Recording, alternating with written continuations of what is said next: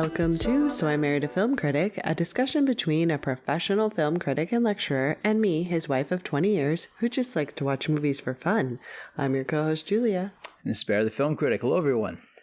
And tonight we decided to go back to 1990 and talk about Home Alone. Where are you going? We're going to miss the plane! When the McCallister family left on their Christmas vacation, Did we miss the plane? No, you just made it. Yeah! they forgot one small thing. Have yourself A terrible feeling. Christmas. Did you lock up? Yourself be light. Do we set the timers on the lights? What else could we be forgetting? Our troubles will be ours. Kevin! Home Alone. Police in the northern suburbs are on the lookout for a pair of burglars who are calling themselves the Wet Bandits. We know that you're in there. It's Santa Claus and his elf. Get off my property. This is my house. I have to defend it. Where's your mother? My mom's in the car. Where's your father? He's at work. What about your brothers and sisters? I'm an only child. Where do you live? Can't tell you that. Why not? Because you're a stranger. He's a kid. I mean, what can a kid do to us? Kids are stupid. I know I was. You still are, Mark. This is it. I don't care if I have to get out on your runway and hitchhike. I am going to get home to my son. Yes! Where are you, you little creep? I'm gonna kill that kid! Why'd you take your shoes off? Why are you dressed like a chicken? Gus Polinski, Polka King of the Midwest. If you have to get to Chicago, we'll gladly drive you. Hey, guys. Yesterday, he was just a kid. But tonight, he's a home security system. You guys give up or you're thirsty for more? From John Hughes, You know, I got a feeling this is going to be your best Christmas ever. a family comedy without the family. Home Alone. Are you here all alone? I'm 8 years old. You think I'd be here alone? I don't think so. Does 1990 seem all that far away for you? Because it doesn't for me. No, it feels like it was like 20 years ago. Yeah. And it was like way more than that. Did you see this in the theater? I think no.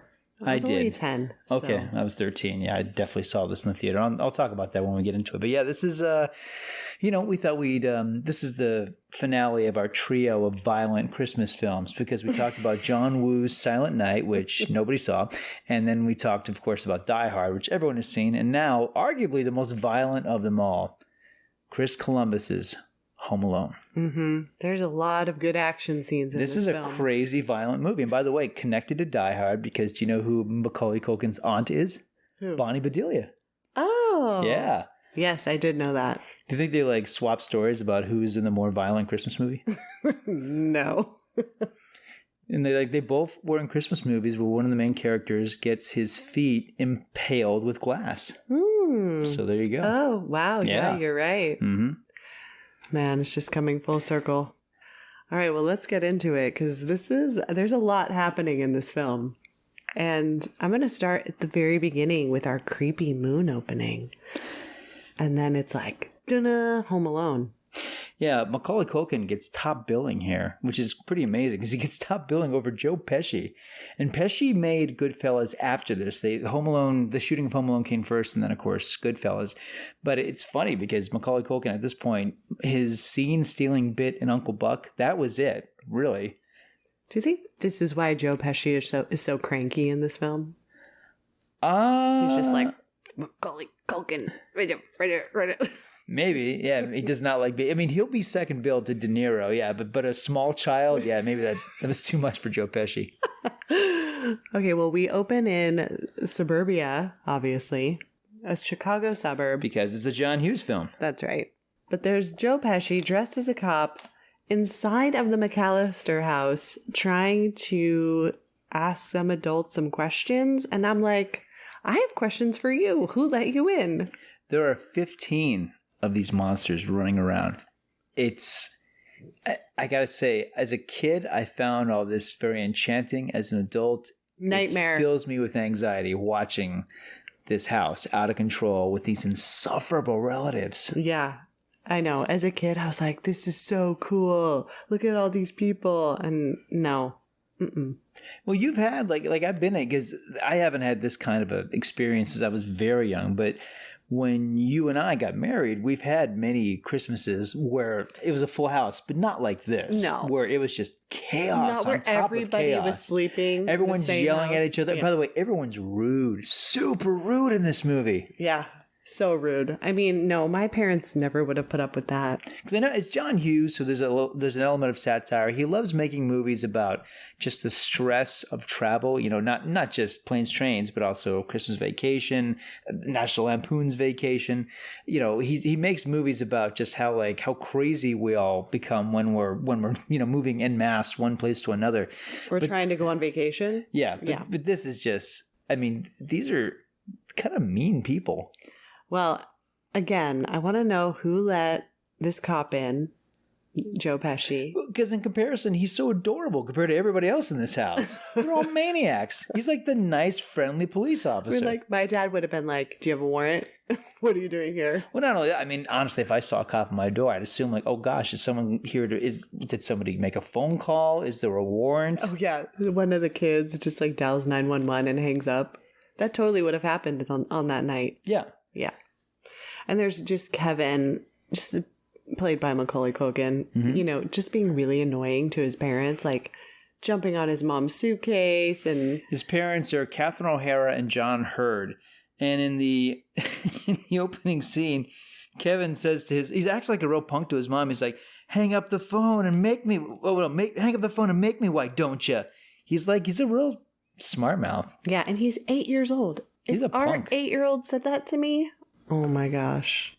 Actually, if she said that to me and I had an attic, I might make her sleep up there too. Wow. This is news to me. If I treated you that way, would you make me sleep in the attic? Yes. That might be kind of fun. I put up my little pup tent. So then Kevin is being asked to pack his own suitcase for a trip to France. And Macaulay Culkin looks directly at us and says, pack my suitcase.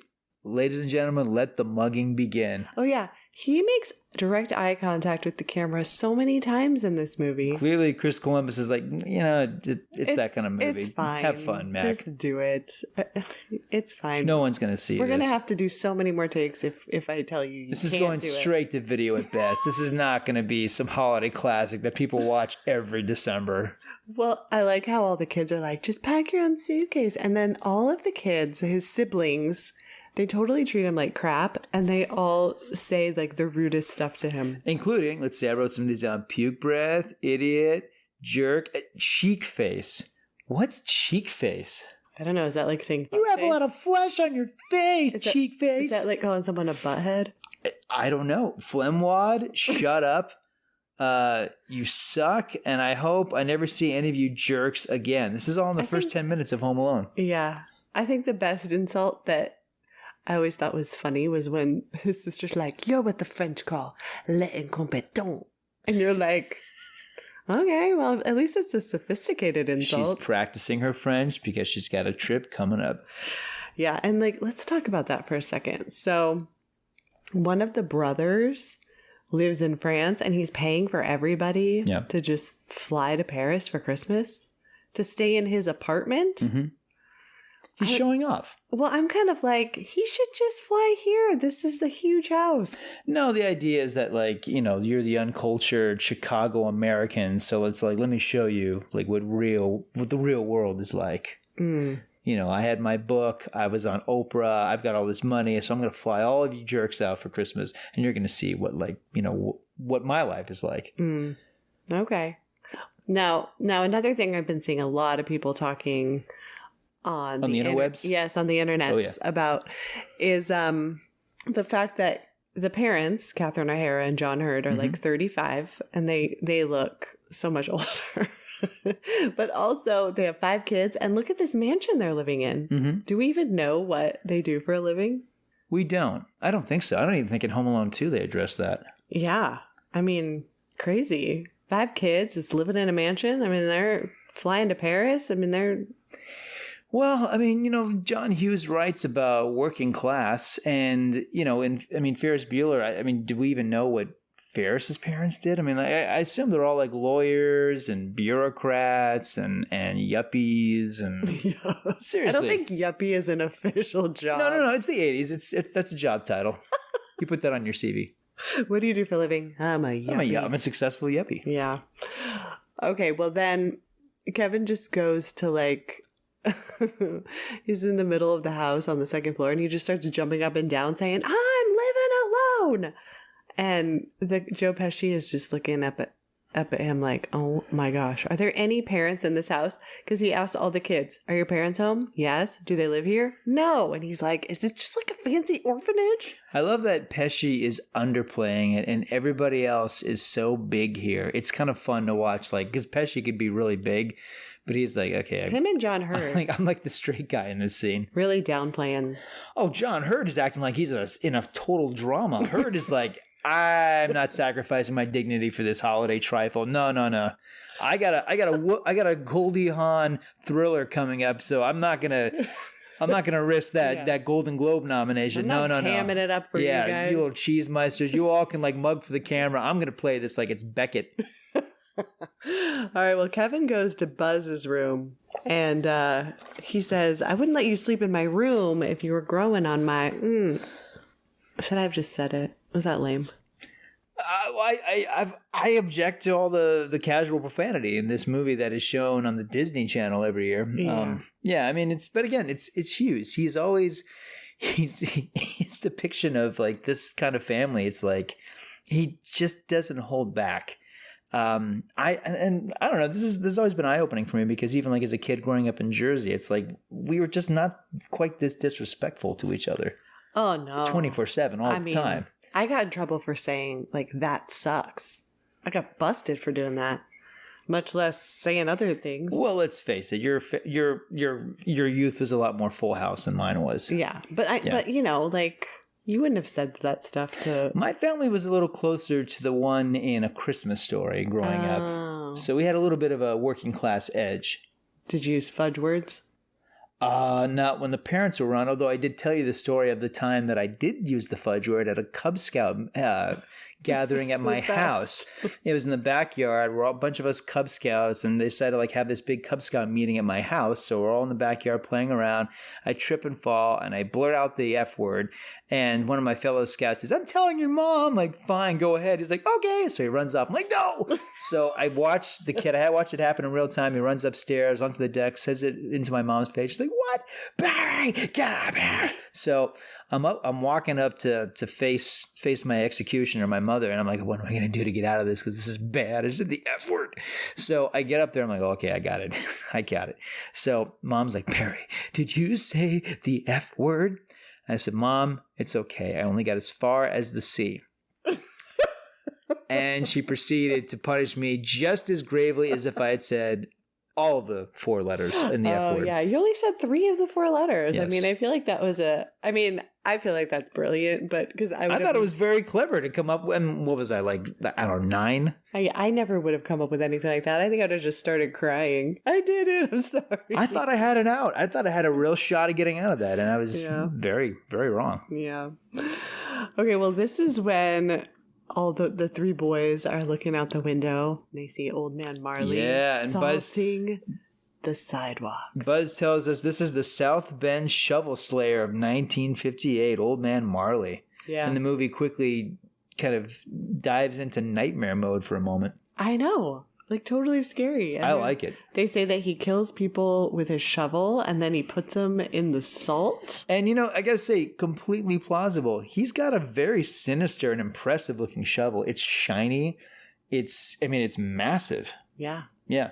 And by the way, this guy, until a certain point in the movie, he never smiles. No. He looks sinister. He's got a beard. Like a cut on his hand. Yeah, and he's got these boots that, I mean, it looks like he's like rolling with like, you know, the Fury Road bad guys. Like, it's pretty freaky looking. No, he is. And then he looks up at the window and they're like, "Oh no!" And the John Williams music gets terrifying for a moment. Yeah, it's great. Yeah.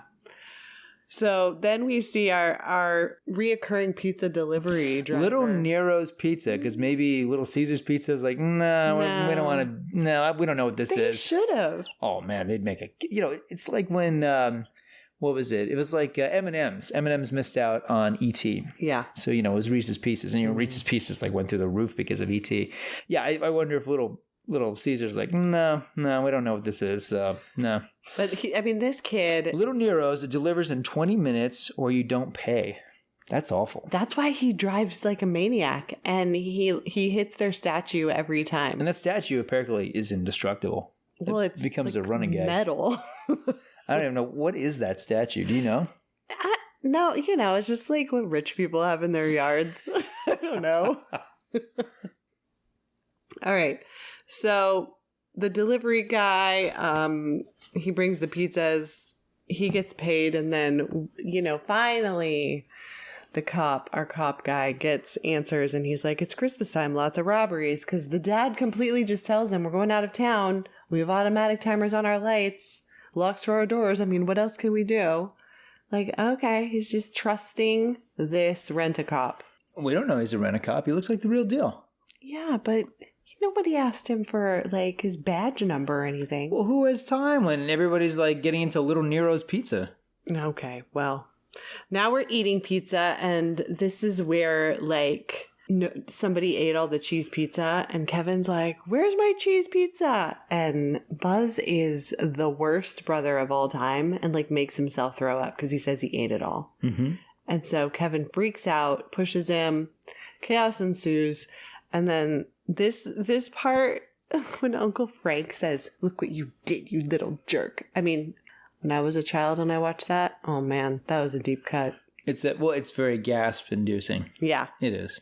And I'm like, no one's mad at Buzz for like egging Kevin on. Buzz just gets away with it. Well, Kevin's the one who visibly, lashed out.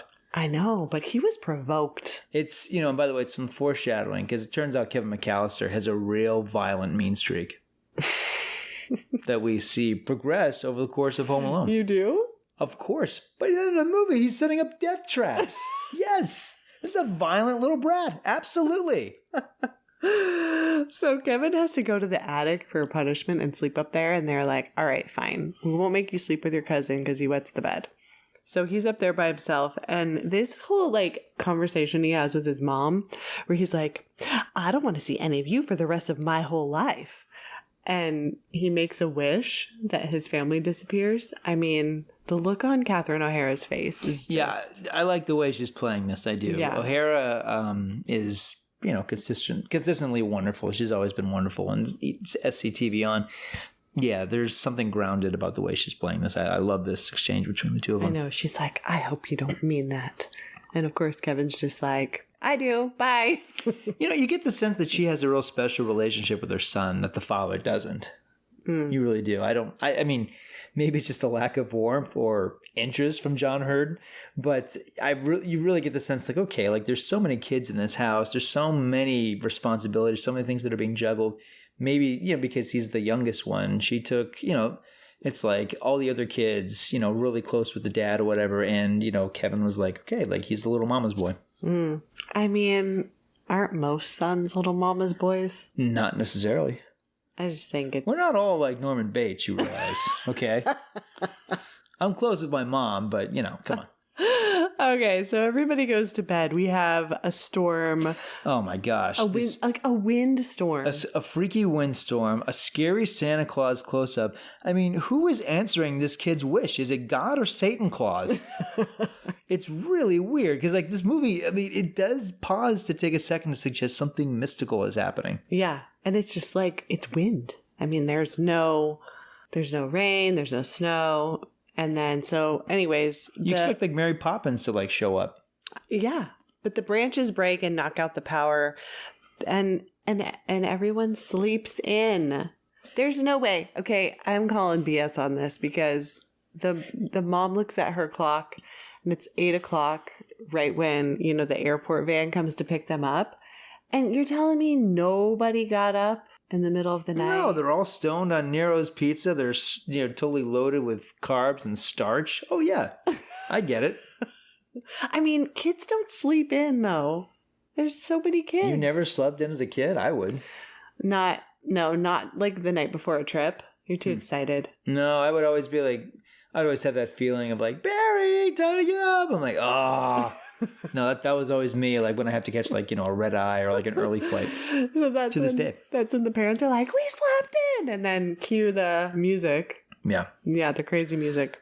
All right, now Mitch Murphy, the little neighbor kid, he comes over, and I kind of like love this kid because, yeah, he's so funny. Hi, I'm Mitch Murphy. I live across the street. You guys going out of town? We're going to Orlando, Florida. Well, actually, first we're going into Missouri to pick up my grandma. Do you know the McCallisters are going to France? Do you know if it's cold there? Do these vans get good gas mileage? Gee, kid, I don't know. Hit the road. How fast does this thing go? Does it have automatic transmission? Does it have four-wheel drive? Look, I told you before, kid, don't bother me. Now beat it. Does this van get good gas mileage? I mean, kind of 8-year-old ask questions like that. I just think it's kind of funny. It's sitcom-y, but yeah. Okay. All right. So Heather, the oldest, she does the head count. She counts Mitch Murphy, and then he's like, bye, McCallisters, have a good trip. And nobody notices. Somebody posted something recently that when, in the prior scene, when the Pepsi gets spilled all over the boarding passes and, there's a big chunk of it that gets thrown away, one of the boarding passes, if you pause and go for close-up, is Kevin's. So that's another reason why, very conveniently, Kevin, they overlooked the fact that he should be there. Oh, because she just doesn't have it? She doesn't have his boarding pass, and then there's the miscount. So it's like everyone's assuming, okay, the little annoying kid is in the back. He's just sulking and not saying anything. Mm. Yeah, and they're in 2 different vans. And she's not in the van with her kid. I mean, I know, but at the same time, like, if I have 5 kids, I'm making sure I got eyes on all 5. Sure. Even if I have 1 kid. Maybe like, oh, God, Kevin, after last night, I don't even want to talk to that kid. Yeah. All right. Well, now they're running through the airport, and the parents get to go to first class again. They're sitting in first class, and the kids are in coach, which is why she doesn't really see him. But like, you didn't get your kids like settled back there? No. You know, like make sure everybody's good. No.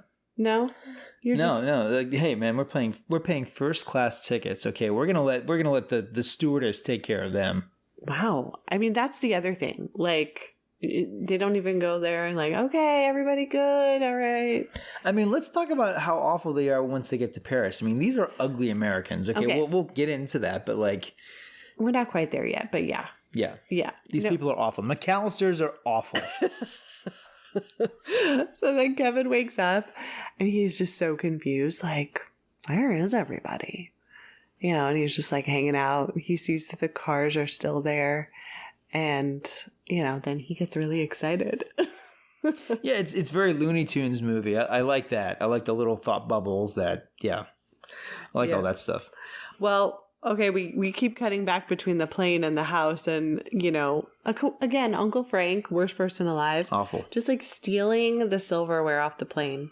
I'm impressed that airplanes even had real silver in first class, though.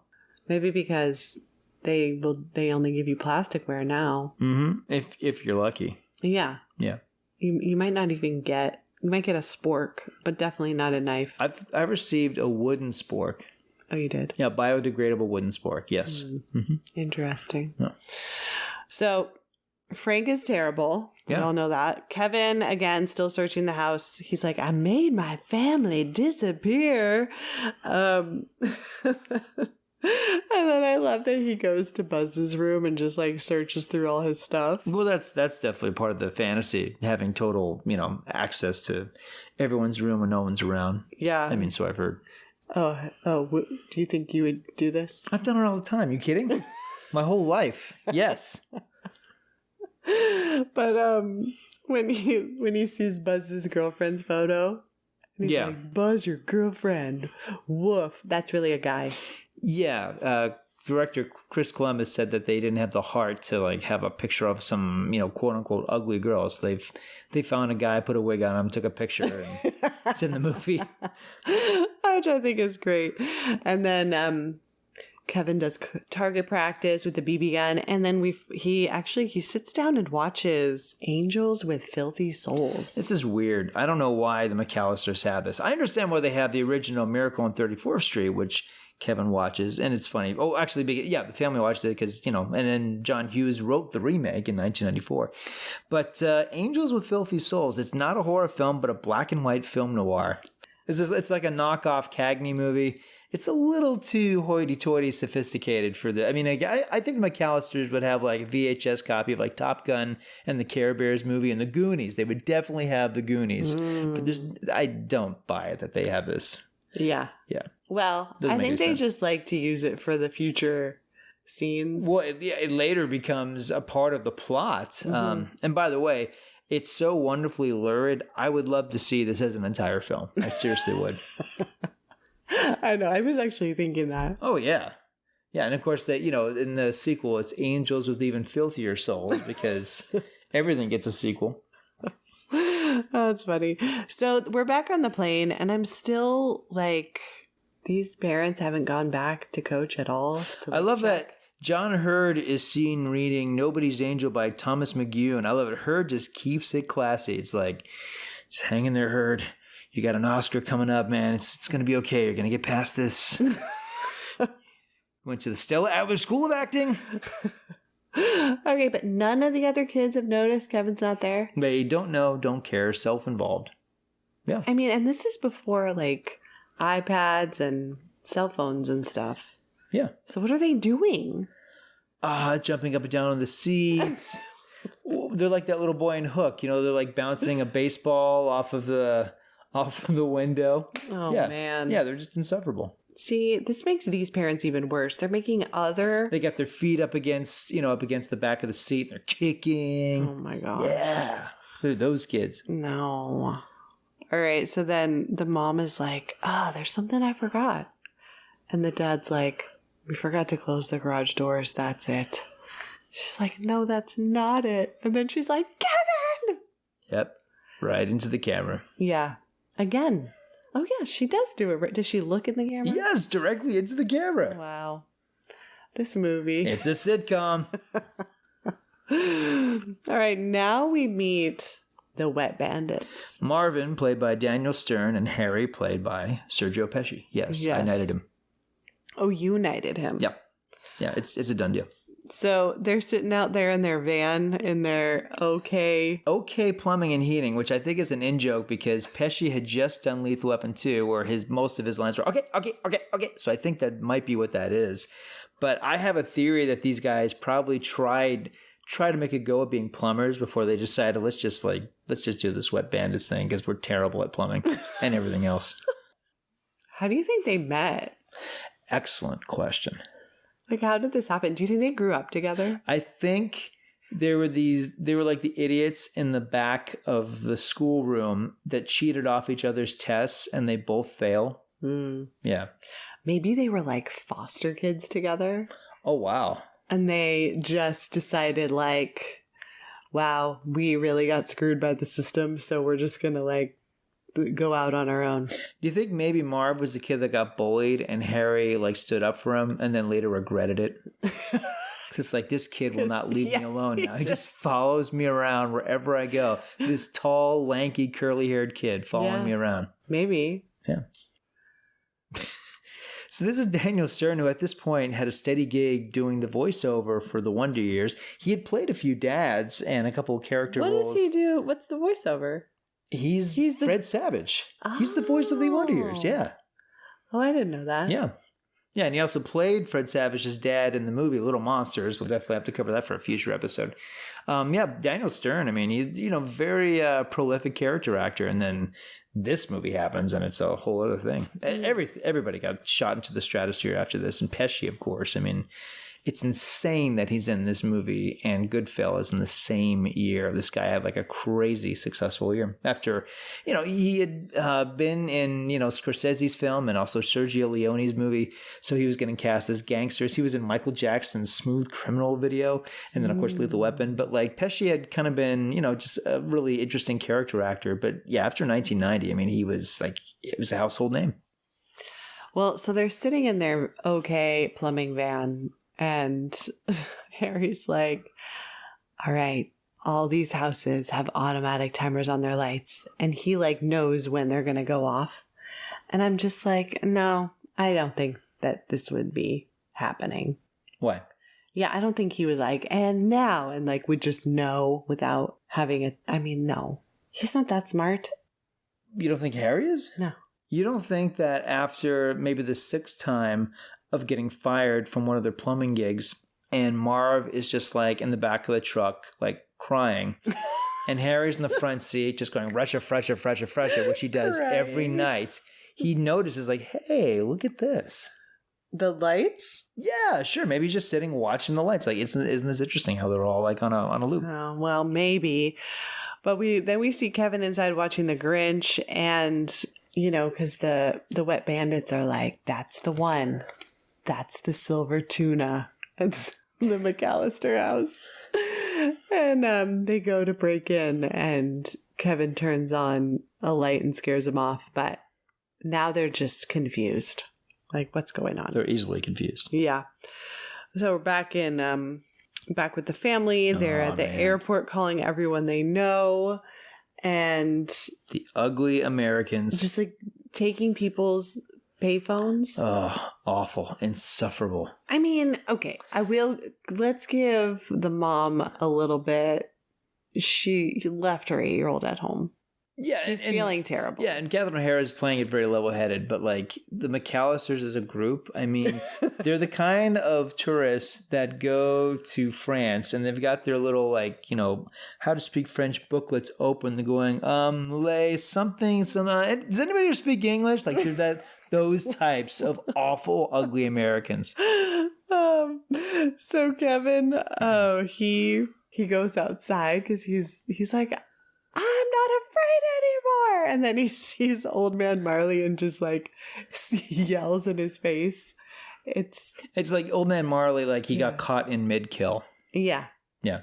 Salting the steps once again to cover up his latest prey. So then Kevin hides under the bed again. But I love this call between Catherine O'Hara and the police department. Yeah, because the cop, Sergeant Balzer, is Doobie from Doobie's Taxiola in Planes, Trains, and Automobiles. Yes. It looks like Doobie sobered up and got a new job. Mm-hmm. Yes, they keep calling her Hyper.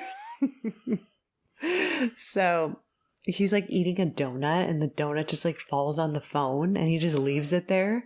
That has bothered me for 30 years. That's called a great acting choice. The donut just like hanging there like. It's like we're gonna. No one's seen this movie. We'll keep the take. It's fine. So they send a cop over to knock on the door, but of course Kevin is freaked out from everything that's been happening, so he doesn't even go to the door. Yeah. So the cop's like, "House looks secure," and the mom is just like, "Oh my gosh." So the mom decides to wait at the airport for a standby seat, and the rest of the family goes to Rob's house. And man, this is just like the most depressing Christmas of all time for these people. Yeah, for people who cannot appreciate the situation, they're just sitting around watching television. Yeah, I'm sorry, but these people drive me crazy. They do. I know. Because would you be like, come on, guys, let's go see see the Louvre. Let's go look at the Eiffel Tower outside. Yeah. Insufferable. Though I gotta say, a touch I love is that the representatives of the French airline is played by Hope Davis in her film debut. Hope Davis does a French accent here, and she's not like playing it big and cartoony. Mm-hmm. Not like everybody else in the cast. Yeah, not like she's going the John Hurd route. She's like, I'm off to bigger and better things. Mm-hmm. And this Home Alone thing is this is just a day job for me. Because then we see Kevin getting ready in the morning, putting on his aftershave, which leads us to like the famous scene. He reminds me, because of course that's a reference to a great painting. But like Kevin reminds me of all things like Bugs Bunny in this movie. He's very Bugs Bunny. Yes. Just like... Because Bugs Bunny also would have like this running monologue. He'd always be talking to himself or, Oh, yeah? Yeah. Oh, yeah. Because he does talk about all the things that he did in the shower. It's like, oh, man. Is he becoming like Christian Bale and... American Psycho? Yeah. Is this like Christian Bale when he was a kid? Well, I would say more like John McClane when he was a kid. Oh man, I went dark. Come on, John, gotta put on this aftershave.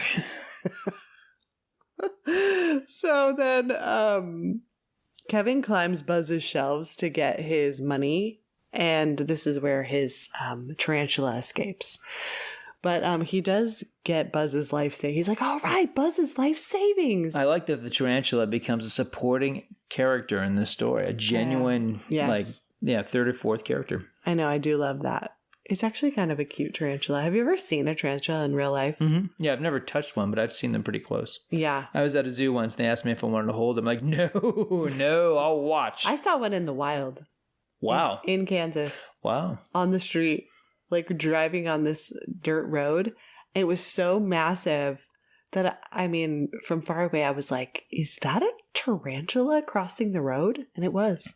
Man, that is one badass tarantula. I mean, if I saw that thing in my house, I would never, I'd be so traumatized. It's like, you could try to run me over, but I'm going to scare you first.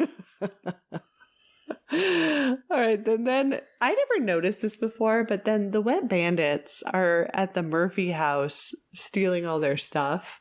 And this is when Mr. McCallister calls from Paris and leaves a message. And then Marv hears the voicemail and is like, they are in Paris.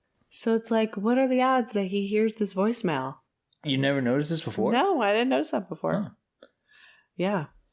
So, and Kevin goes shopping? Yeah, well, I mean, that's also part of the fantasy, right? Because it's like you're not just that you have the house to yourself, but you have complete and total independency, and you're able to like live like an adult, and you're treated like an adult, and you're able to make adult decisions all by yourself. Excuse me, is this toothbrush approved by the American Dental Association? I mean, like, the dialogue in this movie is a little silly. Well, I mean, Hughes wrote really wonderful dialogue for Macaulay Culkin and Uncle Buck, I think. Even Uncle Buck is also that movie is also very sitcom-y, but it has like a warmth to it. But it also has it has teeth on it, like most John Hughes' scripts.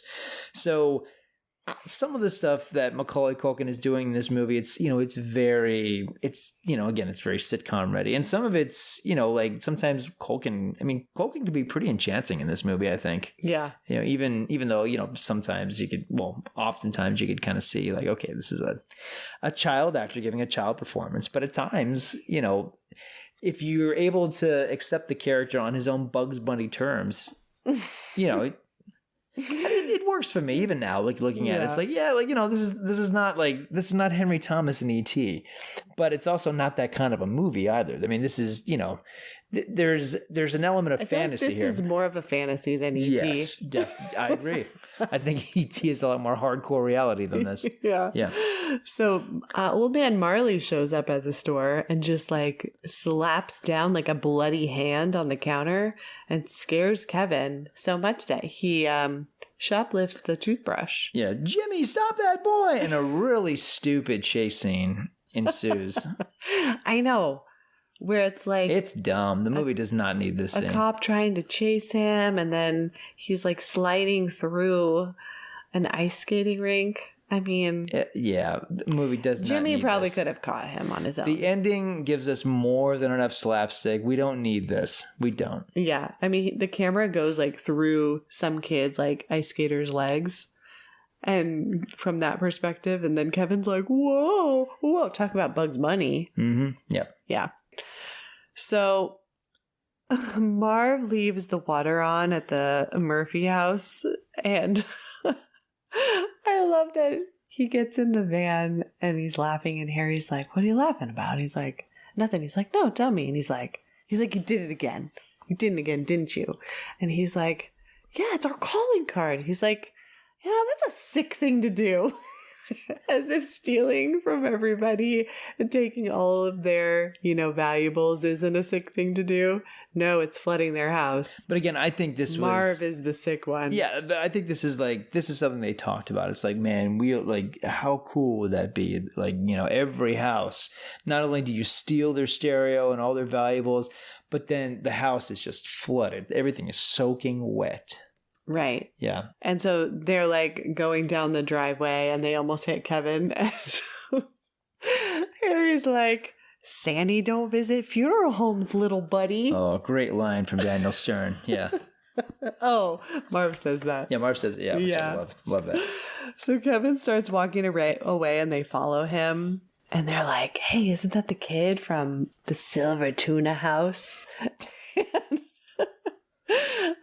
Then he starts running and he hides in the nativity scene at church. And I always thought this was like very clever. That he hides in the nativity scene? Yeah. He's small enough. I know. He could hide in the manger. He's a little kid. But I love How's that for a Christmas movie? Yeah, but I do love that he like keeps outsmarting them. You know? Yes. He outsmarts them like 4 or 5 times. Mm-hmm. Yeah. So then we see Kevin's fake party setup. Oh, man. I mean... And this is, I mean, again, if you haven't just embraced this as a total fantasy, you have to at this point, because Kevin, in the space of just a couple hours, becomes a Jim Henson-level puppeteer. It's a lot. I mean, it's delightful. It is. And it's a fun scene, but... Yeah, no, absolutely not. I mean, all the stuff he would have to set up, don't you feel like this would have taken hours? I mean, it's Rube Goldberg perfection, you know, with using a record player and a Michael Jordan cutout. Yeah, it's a little too good to be true. Is he like a Mensa candidate? Well, that's the thing. Like, there's no setup for this. You know, it would be like watching The Karate Kid without any of the Miyagi scenes, and Daniel LaRusso goes and does the crane kick. Like, oh, how do you know how to do that? Like, that's what this is. Yeah, we don't see any of the training that got him to this point. I mean, we should have at least had the scene where John Hurt establishes, you know, that, you know, he's whatever, a construction, you know, he's an architect. Oh. You know, something to establish, like, you know, Kevin, like, this is how you build things. Kevin, this is how you make things work. No, it's just like, suddenly this kid is a genius against the 2 dumbest criminals in Chicago. He goes from being les incompetents to like completely... The French title of Home Alone. Yeah, to being just like awesome. So the McCallisters are watching It's a Wonderful Life in French. Because, is there anything more stupid than a French movie? It's been dubbed over an American movie. Yeah, I know. The ugly Americans. Yeah, but don't you feel like, I mean, you hate It's a Wonderful Life. So watching it in French, wouldn't you just be even more annoyed? I think it would improve the film. Oh, really? I think anything would make that. I think turning off the TV would improve that film. Okay, well, Little Nero's does another pizza delivery, and this is when Kevin uses the movie to like... He weaponizes angels with filthy souls. Yes. Yeah. And after this, I'm like, you know what? Little Nero's should put them on their do not deliver list anymore. No kidding. But I think that guy needs his tips. I know, but he only got tipped $1. No, not even $1. Less than $1. Let me say this, though. I think this joke, using angels with filthy souls as a weapon, I think it would work one time, not 2 times. Okay, but think about it. Like, I don't know if you noticed, but in the kitchen where Kevin sets this up, he's got these massive stereo speakers that are like up on the counter. So he can, you know, blast this movie so that people can hear it outside. I'm like, okay, where did he get these speakers? First of all, how did he hook them up? I mean... Wouldn't it be more believable that someone in the house nearby would think that gunshots are raging, so suddenly there's cops everywhere in this neighborhood? Well, again, but like, the Murphys aren't home. I feel like everybody's out of town. It's all about the Murphys. No, but everybody's out of town. Isn't it interesting that the McCallisters are so wealthy, but like seemingly they don't have one single friend that can check on the house? Not one. Well... And it's a child. It's not like they left like the goldfish. Like, no, this is a small child. There's no one in their life that could do a little drive-by. They don't even have like an Uncle Buck they can call. I know. It is sad. Yeah. All right, so 2 things I want to talk about. There's a moment where Kevin kisses a framed picture of the family that deserted him. I don't buy that moment one bit. And then let's talk about this furnace. I hate this. I've never liked this. This is stupid. This should have been cut. Yeah, it's pretty lame. Because apparently in the original script, the furnace came to life, and there was like this big scene where this furnace puppet was going to chase Macaulay Culkin, and he was going to like have a broom and fight the furnace. And at one point, the furnace in a distorted voice goes, "Hello, Kevin." Yeah, that should not be in the movie. It's so dumb. This kid has more than enough stuff to be afraid of. That's true. I mean, I'd be more, you know, if I were him, I think the furnace would be the last thing. And what, he's doing laundry?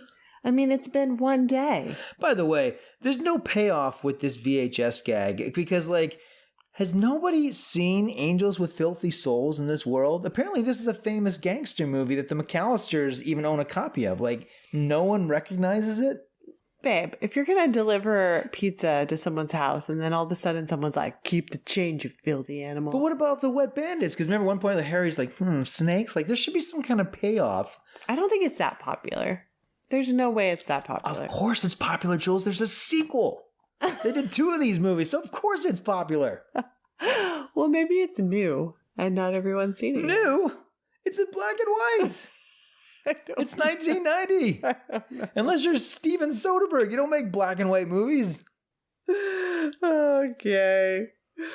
I did want to say, like, the mom does make a deal to get on a plane with this older woman. And it's the guy, her husband is the old guy from Planes, Trains, and Automobiles. Yes, the guy who sits next to Steve Martin on the packed plane, the first plane trip he takes. Yes. The one that goes, that guy. Yes. But I will say, continuity error, that Catherine O'Hara offers this woman her earrings, and she then is wearing the earrings at the end. So, forgot to take off the earrings for this old woman. Or the old lady was like, no, keep your earrings. I'm going to do the nice motherly. No, that lady was like, ooh, I will take everything you're offering me. You're right. Because there's just, other than an actor we're going to get to very soon, there's really no nice people in this movie. I know. No, they're all greedy. They're all awful. The one nice character in this movie, Canadian. All right, so then Kevin does the aftershave bit again, and I'm like, why? Why does he do it twice? He knows it's gonna burn, you know? Because it's a comedy. Because we've got that stupid VHS gag twice. Basically, every gag in this movie happens twice. You notice that? Oh. Every big gag in this movie, it's like, if it didn't, if they're not tired of it once. Yeah, they're like, you know what? It's gonna be so hilarious. They're gonna want to see it again. And it's basically, it's mostly just that, again, like, look, spoiler, I like this movie. I do. But I mean, let's face it. It's not that the jokes really get bigger and bigger. It's just like, let's just do it again. Which is what they did with the sequel. Okay, let's do a sequel. Let's just do it again. Okay, so Kevin goes to the grocery store by himself. Mm-hmm. And he's checking out, and I don't know. You don't like this exchange. I do not like this You checkout smell a lady. rat. I've never liked the checkout lady. Why? She's not being flirty. She's just curious. I didn't say she was being flirty. I think she's being a little too invasive. It's a little boy shopping by himself. It's a She's little like, strange. where's your mom? What are you doing? What grade are you in? It's very older sisterly is what it is. Yeah. No, I don't like it.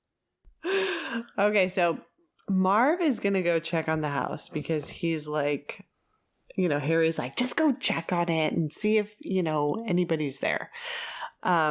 Kevin plays the movie.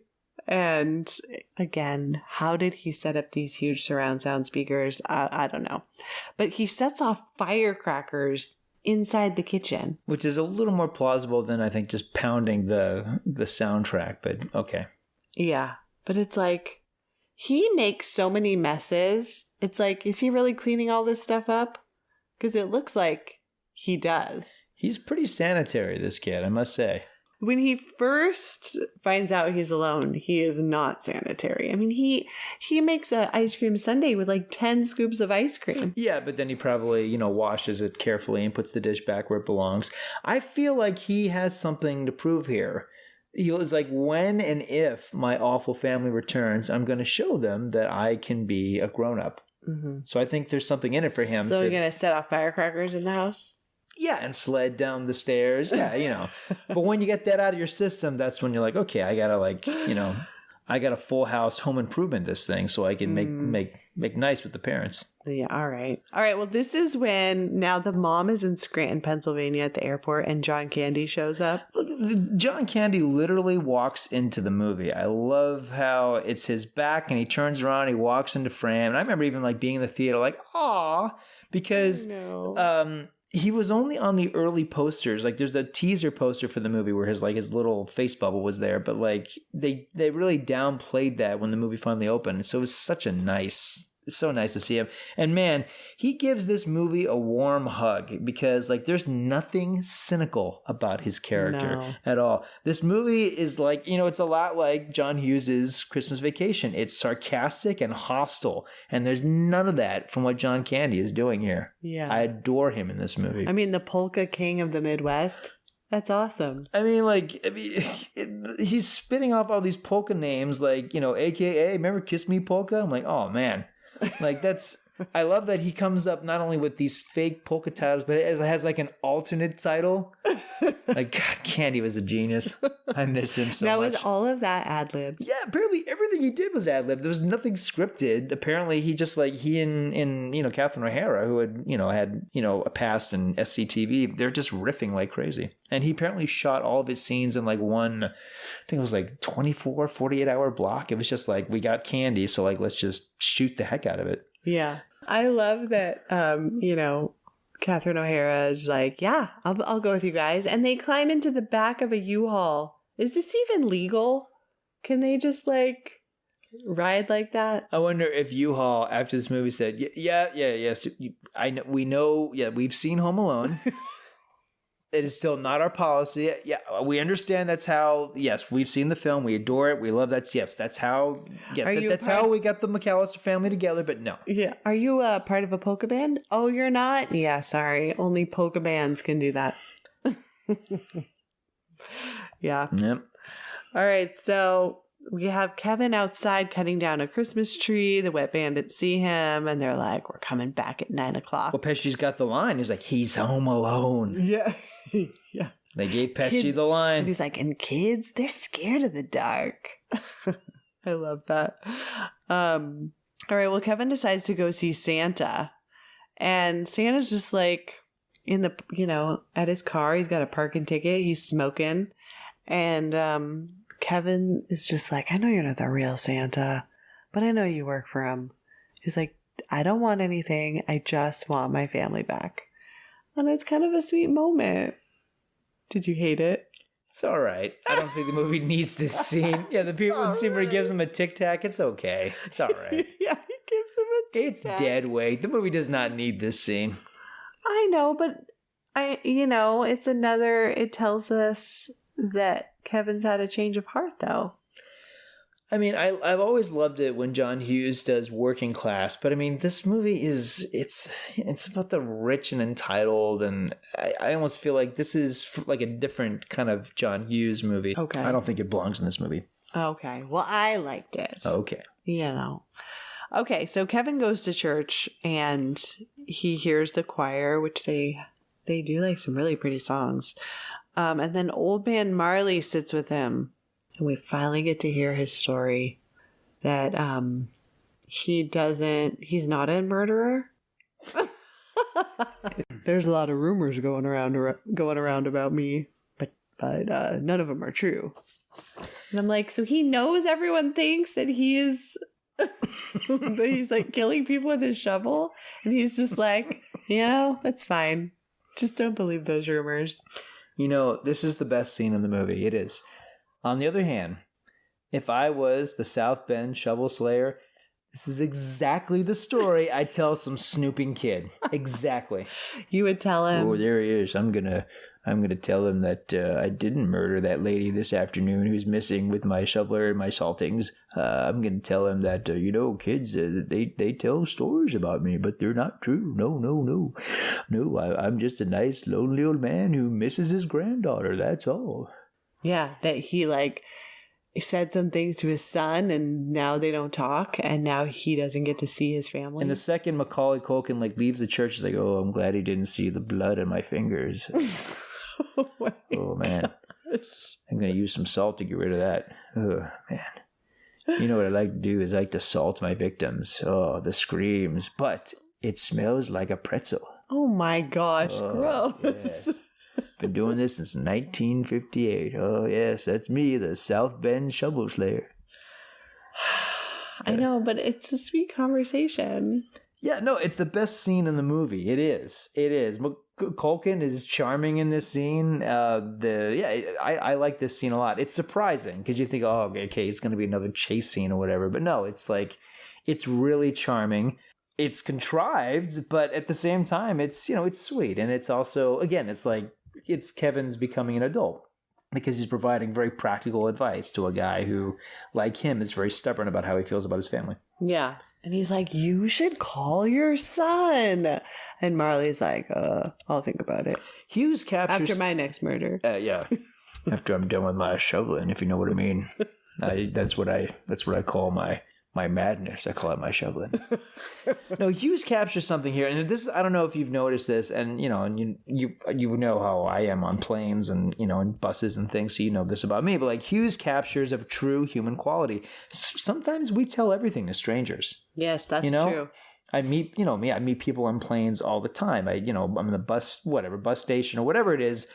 You tell them all your deep, dark secrets? No, but I did. I mean, I remember one time I was on a train car and I had dinner with this lady who I didn't know before. And we had this long conversation about her son who was in this scary college fraternity and the awful rituals he had to go through to get into it. And like shocking stuff. And she's telling me all this stuff. I'm like, wow. Like, you know, and I saw this lady in the train car earlier in the day, and now here I'm having dinner with her and learning all this stuff about her. And I was just, you know, listening and attentive. And the next day, I didn't get the chance to say goodbye to her, but I remember seeing her get off the train. I'm like, wow, there she goes. That lady, and I know all this stuff about her son. Yeah. Yeah. And you'll never talk to her again. Well, her son was on the news. He was on, you know, TMZ, and he's been arrested. And yeah, America's Most Wanted. Yeah, yeah. And he ran for president and he won, but never mind. I don't want to talk about that. So anyway. Okay. Well, once Kevin leaves the church, it's time for his battle plan. And I just remember thinking as a kid, like, this is the coolest thing I've ever seen. Is his like drawn out battle plan. His map? Yeah, his map. Man, if that doesn't scream prop, but yes. I know, it's like, when did he do this and how long did it take? Yeah, you know, again, it's a Looney Tunes cartoon. Fine. I don't know. I mean, this is the part of the film when I saw this in the theater, and I saw this a month after it came out at the Incline Village Theater in Incline Village, Nevada, Lake Tahoe, Nevada. It's a lovely, charming theater, still there as of 2023. And I remember it was a packed house, and this whole climax of the movie, you couldn't hear any dialogue for about 10, 15 minutes because the laughter was so loud. And it wasn't just the kids. Everybody was just like rolling with laughter. It's so great. Well, okay, the only other thing, you know, Kevin makes himself, he finishes putting out all his traps, and then he's going to have dinner. And the clock strikes 9 and the bandits are there like right on time. Mm-hmm. He didn't even get to eat his delicious macaroni and cheese. And it does look like the world's greatest plate of macaroni and cheese. Really it does. It really does. This poor kid. I mean, he has a glass of milk and a wine glass. He's got candles lit. But, you know, it's murdering time. So, you know. He's not trying to murder them. He got it's psychological, but he got a sweet, sweet hint of taste, the taste of it, you know, from the Sultan man from next door. So it's like. Oh, my God. Yeah. He doesn't want to murder the wet bandits. Oh, he's got like, I think he wants to, well, at the very least, he wants to torture them. Well. He does. Okay. Yes, he does. So I did write down all of the bad things that happened to Marv and Harry. So they go to the kitchen door and Harry gets a BB gun hit to the balls. And that's the first thing. He just like shoots him right in the crotch. Yes. And every time he gets hit, you know, he does his fake swearing, which is just really funny. What?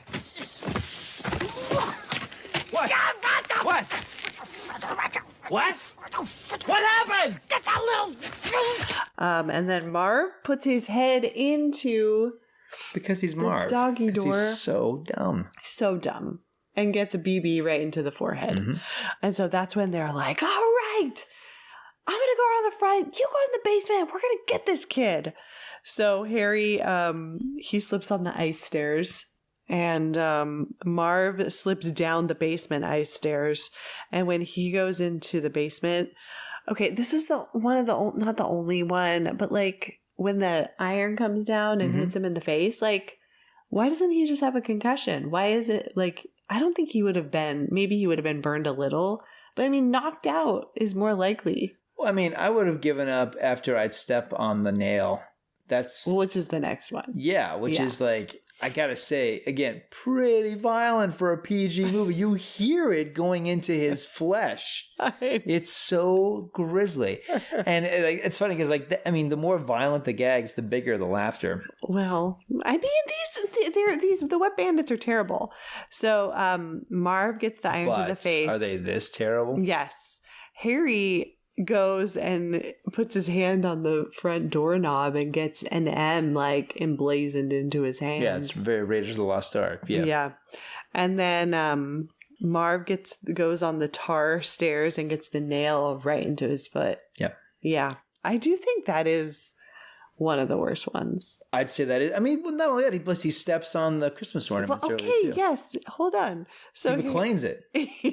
He does. Harry gets the fire torch to the head and the glue and the feathers. Yeah. Which the glue and the feathers is one of the silliest ones. Then Marv steps on the ornaments with his bare feet, and then they both get the micro machines. But I love how Harry's like, Marv, why are you barefoot? He's like, why do you look like a chicken? So at this point, I mean, they've both been seriously injured and they decide to keep going.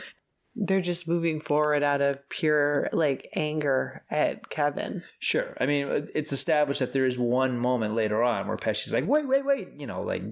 Beyond that. Yeah, you're right. They have vengeance. Yeah. Well, and this is the house they wanted the most. So unlike Kevin, who's just like the little Marquis de Sade at this point, enjoying the... I mean, he's like Jigsaw. He's enjoying, or John Doe in Seven. He's just enjoying the sheer pain that he's inflicting on his victims. He is a South Bend shovel slayer to be. No. Yeah. Okay, so then the paint cans come down, knock them both out. Oh, man, the paint cans. Harry loses his gold tooth. That really takes him off. It's a weird thing that there's a callback to that. Yeah. Kevin calls 911 and he's like... pretends that he's from the Murphy house. She's like, I'm Mitch Murphy. Okay, so then he's going up the stairs into the attic, and this is where Marv is like, I got him, I got him, and now the spider makes his debut, and Kevin puts the spider right on Marv's face, and the scream that comes out of his mouth is just the most hilarious scream I think I've ever heard. I think the second best is the one where Kevin almost gets hit by the wet bandits, where the truck misses his face by inches. Yeah. Yeah, there's some good screaming in this movie, I will say that. But I did read, and maybe you read this too, that he did that scream Daniel Stern. In post. Oh, he did? Because he was too scared to scare the spider. He didn't want the spider to freak out. It was a low budget movie, so that was probably a good call. Yeah. And I don't know if if tarantulas get scared. Today would be a CGI tarantula, but yeah. Yeah, but I mean, the fact that he actually let them do that, and then he pretended to scream, and then he screamed... in post is hilarious. I know that he and Pesci got serious pay bumps when they did the sequel. I suspect Stern's like, okay, guys, remember what I did with the spider, okay? Yeah. So whatever Pesci's getting, I'm getting the same thing. Yeah. I let you put a tarantula on my face for children around the world to laugh at me as I screamed in fear. Yeah, exactly. And then Kevin makes a homemade zip line. I mean, another thing that would have taken, this would have taken an entire day to do, maybe longer. And he's just like, yeah, put the zip line together. No, I mean, clearly McCallister just MacGyvered it in just one afternoon with everything he had. I feel like he did this between the church and 9 p.m., because he comes home and then just What do you think, 2 hours? Yeah, he whips it out in 2 hours. 90 minutes, tops. It's crazy. I think if you learned anything from Old Man Marley, when you're going to, commit homicide, you got to think quickly on your feet. Oh my gosh. So he does the zip line, the bandits go out on the line, and then Kevin cuts the line. Oh my gosh. I mean, again, these guys are just getting tortured. He runs to the Murphy house, And this is when we see that everything's flooded, but the wet bandits, they catch him, and it's a great moment. Suddenly, oh wow, there's actually some suspense and danger now. Yeah. Yeah. Because the whole time you're like, oh, he's going to be fine. Yeah. But then I was like, oh no, when I first saw it, like, are they going to kidnap him? Are they going to murder him? But Joe Pesci, like, bites his little fingers. Yeah, and apparently he did it in real life. Yeah. I mean, I don't know why Pesci decided to go all method for this movie, but okay. But old man Marley saves the day. Well, he's like, time to turn on the murder switch. Got my Sultan, got my shovel. Oh yeah, it's time. Got the boots on. It's time. Just like knocks those guys out. Yeah, if they had not cut to the policeman showing up immediately thereafter, I'd be like, oh, okay, everything that Buzz said is correct. He just really likes Kevin. Yeah. Or maybe Kevin reminds him of his son when his son was little. Or Kevin's like, you know what, old man Marley? I know about what you have in your basement, so I'm just going to call the cops, and we're just going to let the cops take care of it. You can go back to working on what you were doing in your basement before and turn off all your lights, and let's just pretend we didn't see each other tonight. Ooh, that's a good idea, young man. I'll think of you next time I'm doing my Sultan. Shining my shovel. What's he doing in his basement? He's taking care of all the other victims down there. Oh, putting them in his salt? Yeah. Oh man, that's dark. All right. Makes a good Christmas quiche. Ew. So he's a cannibal? It's all about the salt. Is he a cannibal? I use him for my meals and I use him for my sidewalks. Oh my, gross. Okay. Been doing this since 1958. Okay, so Kate is in the back of the U-Haul, and this is where she's talking to John Candy, and he does that whole bit where he tells her about how the backstory of each of the... Well, he does a backstory polka players. Yes, yeah. He does do that. I'm a bad parent. You're not. You're beating yourself up there. Come on, this happens. This thing happens. You want to talk about bad parents? Look at us.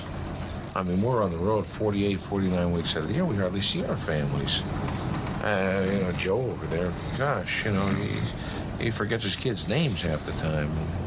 Ziggy over there, he's never even met his kid. Eddie. Let's just hope none of them write a book about him. And tell me, have you ever gone on vacation and left your child home? No. But I did leave one at a funeral parlor once. Yeah, it was terrible, too. I was all distraught and everything, the wife and I. We left the little tyke there in the funeral parlor all day. All day. We went back at night when we came to our senses, and there he was. Apparently he was there alone all day with a corpse. Yeah, he was okay, after 6-7 weeks. And I came around, started talking again. But he's okay. They get over it. Kids are resilient like that. Maybe we shouldn't talk about this. You brought it up. I was just, trying to cheer you up. Sorry, I did. I love it. I feel like Candy is like, let's make fun of the premise of this movie just a little bit. Yeah. And you know what? I really watched Catherine O'Hara's face while he was talking, and man, she does not break at all. Yeah, she's great. She's playing it for real. You know what? Candy would have been, it's a shame because, he passed away in 95. He would have been so great in those Christopher Guest documentaries, those faux documentaries that Catherine O'Hara was in most of. Yeah, to see him Best in Show. Yeah, Best in Show or Waiting for Guffman. I mean, yeah, he would have been killer good in those movies. Okay, so it's Christmas morning. We have a white Christmas, and Kevin wakes up and everything is all cleaned up from the night before. Seriously, he cleaned up all this stuff? All the glass? All the blood? All the micro machines? Like he put it all away? The tar on the stairs? Really? Like he did all that? Marv's eyeball, whatever else fell out. Yeah. Well, he didn't get the tooth. No, he missed the one piece of evidence. Tooth. Yeah, no, I mean, seriously, he did that. Plus he had time put out cookies for Santa? I told you, boy, if you're going to do the business, as I call it, you got to clean up. Got to clean everything up. I call it my Sultan. Oh, yeah. Old man Marley, like, comes over and helps him clean up and shows him how to, like, hide evidence. If you're going to take over what I do, this is how you do it, boy. Oh, my gosh. We start with the Sultan, and then we do the shuffling. It's just, like, showing him how to use Clorox wipes. So the mom, she comes home. And no traps for mom. No what? Traps? Don't you think there'd be like one trap that Kevin forgot about? Like one, barrel that would come down? Saying. He put everything away. Like there's nothing. I figured there'd be one that he would overlook. Like there'd be like one rat trap or one like bow and arrow gag that like, oops. So she, they hug, they embrace. It's like this beautiful moment. And he's like, where's everybody else? And it's like, oh, they wanted to come, but they couldn't be here. And then, there they are. They barge in. I love this. So John Hurd enters with the line, Kevin, my boy. He says it like a dad who doesn't want to be in a police report. He's like, just so you know, it wasn't my fault. It was you-know-who forgot you. So when you go on Geraldo, you don't mention dear old dad, eh, Kevin, my boy? Oh, my gosh. He's just like, you're okay. Great. All right. But the dad is the one who finds the gold tooth on the ground. And it's like, do you think does he tell them about all this? No, I don't think. I think in the sequel, I think it's established that I don't think he does. I don't think he tells them any of this stuff. Which is crazy. Yeah. Oh my gosh. But yeah, when Dad finds Harry's tooth, I got to say, that's a nice little sick twist. It really is. Yeah, it is. So yeah, you got so then we get the ending that always makes moms cry. Well, makes your mom cry. My mom. Yeah, I wrote that down in the notes. Yeah, because always makes your mom cry. With Marley and his family reuniting, and Kevin is like watching them through the window. But we can't end on that like beautiful note. It has to be, Kevin, what did you do to my room? Yeah. Oh, that's the one thing he didn't clean up. Oh, okay. Was his room. Well, screw him. That's revenge right there. That's just cold-blooded revenge. Yeah. But he cleans up all his booby traps. I mean, what he puts... The tarantula is still on the loose. That's true. The tarantula is still on the loose. So Home Alone, this movie came out in November. It was not seen as a big deal or a threat to anything or anyone. They had some preview screenings that went very well. I remember hearing about these preview screenings. I did. But who the heck thought? And it opened up the same weekend as Rocky V. And, we've seen Rocky V. It's probably the least of the Rocky movies. But really, I mean, like, everybody thought, okay, Rocky V is going to be the heavyweight. Home Alone is not going to, this thing's going to be gone in like a week. And, it killed Rocky V, which took everybody by surprise. And Home Alone, again, opened in November. And it opened, it had all these big movies coming up against it, like The Godfather Part 3 and Kindergarten Cop and what else? The Russia House, like all these huge hyped movies. And Home Alone basically smoked all of them. And this is something I've always remembered about Home Alone. So it's spring break the following year. It's, the end of March. My mother and I are driving through Kahului, and we look to our left, and we look at the Holiday Theater, this theater we used to go to all the time, one of the biggest theaters on Maui at the time. And it's like, well, wow, look at the line. That line is going all the way to Liberty House, this huge department store. It's a really long line. Like, they must have a big movie there. And we pull in to see what it is. It's still Home Alone. The movie opened in November. This was the end of March. It was still playing, and it was still selling out, and people were still lining up to see it. A Christmas movie. Now, was there anything like this movie before this movie came out? I mean, in terms of, there've always been like family films and whatnot. I mean, there's Ransom of Red Chief. The Ransom of Red Chief is a story that it's based on. Ransom of Red Chief is about these two bandits who kidnap a little kid, and the kid just terrorizes them. Oh. So that's basically the impetus for Home Alone.